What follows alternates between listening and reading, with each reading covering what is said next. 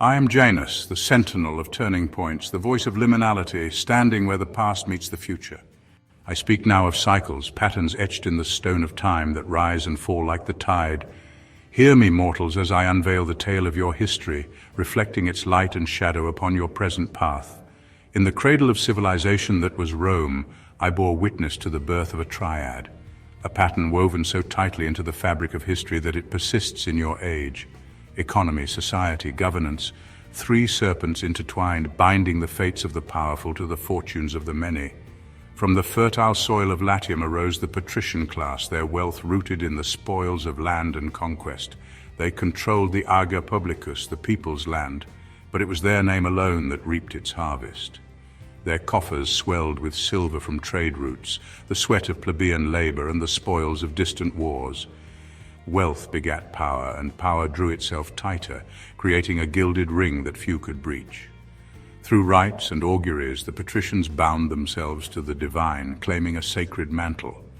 Patron and client formed a hierarchy, not unlike the master and slave, though cloaked in the language of protection and loyalty. It was a net woven of promises, but its strands tightened upon the lower orders, securing their compliance under the guise of grace. The forum echoed with speeches promising equity, but the 12 tables bore the fingerprints of patrician hands. Laws served those who shaped them. The magistrates wore their office-like armor, shielding privilege beneath the illusion of service. Yet even as Rome called itself a republic, the wheels of oligarchy turned, unseen by those distracted by the spectacle of its grandeur.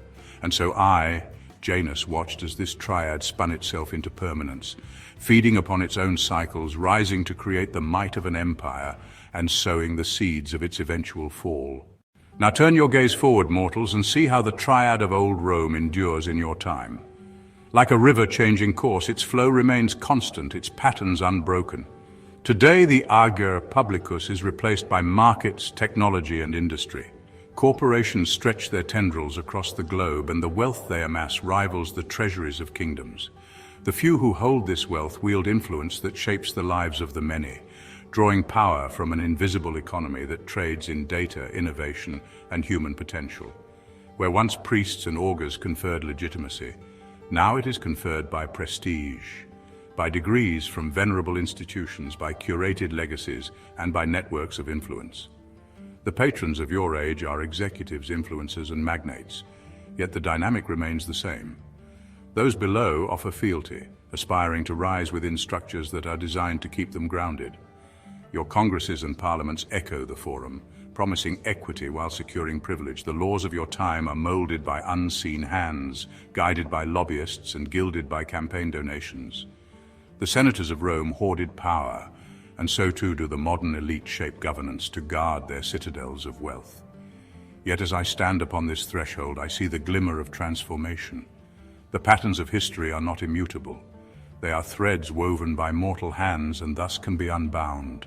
As the Gracchi brothers once sought to reclaim the people's land, so too must modern societies rise to reclaim the commons.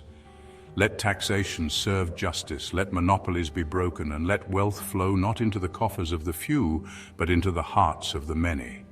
Build schools and hospitals, not palaces and silos, and see how prosperity blooms.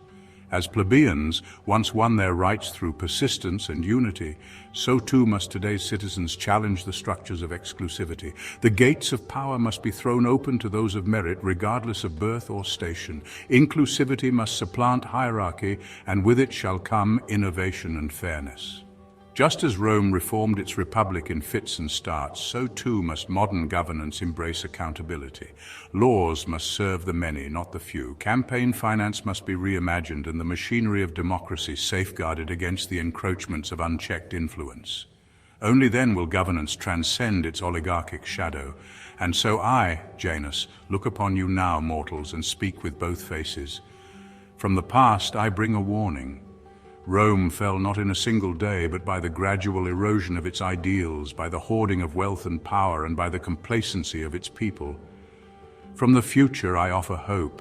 For every threshold is a choice, and the choices you make now shall echo forward, shaping what is to come. Step wisely, for you carry the weight of history upon your shoulders. Let its lessons guide you, not bind you, and forge a path that does not repeat the mistakes of the past. In your hands lies the potential to weave a new triad, one of equity, inclusion, and justice that may stand the test of time. Thus speak I, Janus, keeper of the crossroads. Choose well,